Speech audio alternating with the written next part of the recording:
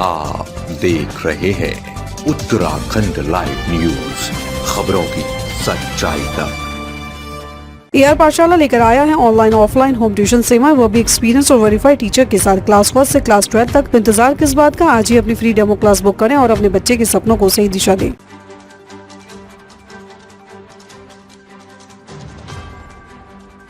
Chamoli tunnel हादसा, 7 की मौत, 3 मजदूर अब भी फंसे, रेस्क्यू ऑपरेशन जारी। उत्तराखंड के चमोली जिले के पीपलकोटी में निर्माणाधीन टनल में हुए हादसे के बाद करीब 15 घंटे से राहत और बचाव अभियान जारी है। हादसे में अब तक 7 लोगों की मौत की पुष्टि हुई है, जबकि 3 मजदूर अभी भी टनल के अंदर फंसे हुए हैं। रेस्क्यू टीमों ने 14 लोगों को सुरक्षित बाहर निकाल लिया है। बाहर निकाले गए लोगों में 13 घायलों का इलाज गोपेश्वर जिला अस्पताल में चल रहा है, जबकि एक गंभीर घायल को बेहतर उपचार के लिए श्रीनगर हायर सेंटर रेफर किया गया है। हादसे के बाद टनल में पानी और मलबा भरने से बचाव कार्य बेहद चुनौतीपूर्ण बना हुआ है। NDRF, SDRF, सेना और प्रशासन की टीमें लगातार अंदर फंसे मजदूरों तक पहुँचने की कोशिश कर रही है। मुख्यमंत्री पुष्कर सिंह धामी भी घटनास्थल पर पहुँच गए हैं। उन्होंने टनल के अंदर जाकर रेस्क्यू ऑपरेशन का जायजा लिया और अधिकारियों से बचाव कार्य की जानकारी ली। इसके बाद मुख्यमंत्री गोपेश्वर जिला अस्पताल पहुंचकर घायलों से मुलाकात करेंगे। जानकारी के मुताबिक हादसा गुरुवार 13 अगस्त की शाम करीब 7 बजे पीपलकोटी के मायापुर क्षेत्र में THDC के निर्माणाधीन टनल में हुआ। पानी का रिसाव और अचानक हुए भूस्खलन के कारण टनल में काम कर रहे कई मजदूर फंस गए। फिलहाल रेस्क्यू टीमें पूरी सतर्कता के साथ अभियान चला रही हैं। प्रशासन की प्राथमिकता टनल में फंसे तीनों मजदूरों को सुरक्षित बाहर निकालना है। देखिए कि निर्माणाधीन टनल है जो हाइड्रो पावर प्रोजेक्ट की है, ये THDC की टनल है। ये करीब 6:30 पौने 7 बजे करीब शाम इसमें एक मलबा आया है, जिसमें मलबा और पानी काफ़ी मात्रा में आया है। इसमें जो शिफ्ट काम कर रही थी उसमें लोग ट्रैप हुए हैं। उसमें से करीब 14-15 लोगों को निकाल लिया गया है। बाकी के लिए हमारी NDRF, SDRF, हमारी सारी मशीनरी वहाँ पर काम कर रही है और हम उम्मीद करते हैं कि अगले कुछ घंटों में हम सभी लोगों को निकाल लेंगे। देखिए, कल जो यहाँ पर घटना हुई है उसके कारण से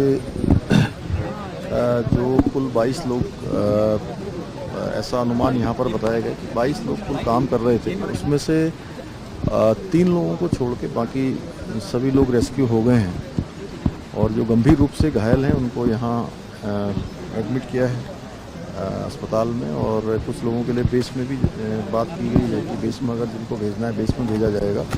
और एम्स ऋषिकेश में भी सारी व्यवस्थाएं वहाँ की गई हैं। यहाँ पर बचाव के लिए और खोजबीन के लिए सभी प्रकार की एजेंसियाँ यहाँ पर हैं।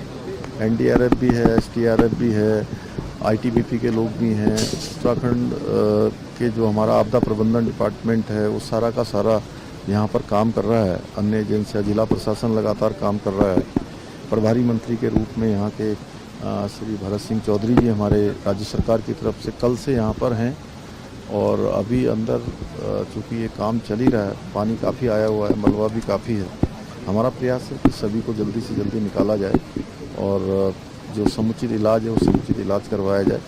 और कल मैंने छत्तीसगढ़ और झारखंड, क्योंकि उन राज्यों के लोग इसमें काम कर रहे थे, उनको भी वहाँ के मुख्यमंत्री, माननीय मुख्यमंत्रियों को भी सूचना दे दी थी कि यहाँ पर सबका इलाज भी कर रहे हैं और जो भी ज़रूरत होगी, जैसा भी जिस प्रकार की सहायता होगी, सभी सहायता राज्य सरकार की तरफ से यहाँ की जा रही है।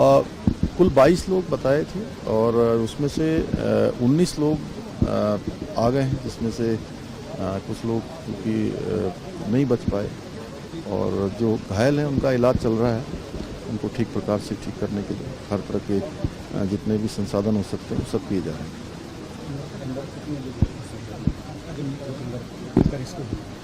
नहीं, 3 लोगों के बारे में ऐसी सूचना मिली है। बाकी क्योंकि एकदम से हादसा इतना अचानक हुआ है कि उसमें स्थिति तभी क्लियर हो पाएगी जब थोड़ा पानी भी उसमें से बाहर निकल पाएगा।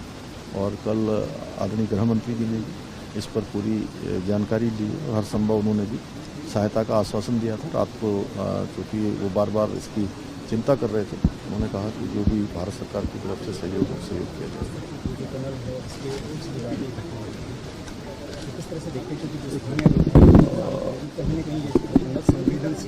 नहीं, ऐसे जो है उत्तराखंड राज्य के अंदर जितनी भी टनलें हैं उन सभी का सेफ्टी ऑडिट करने के बारे में हम लोगों ने पहले भी कहा था इसको फिर से करेंगे।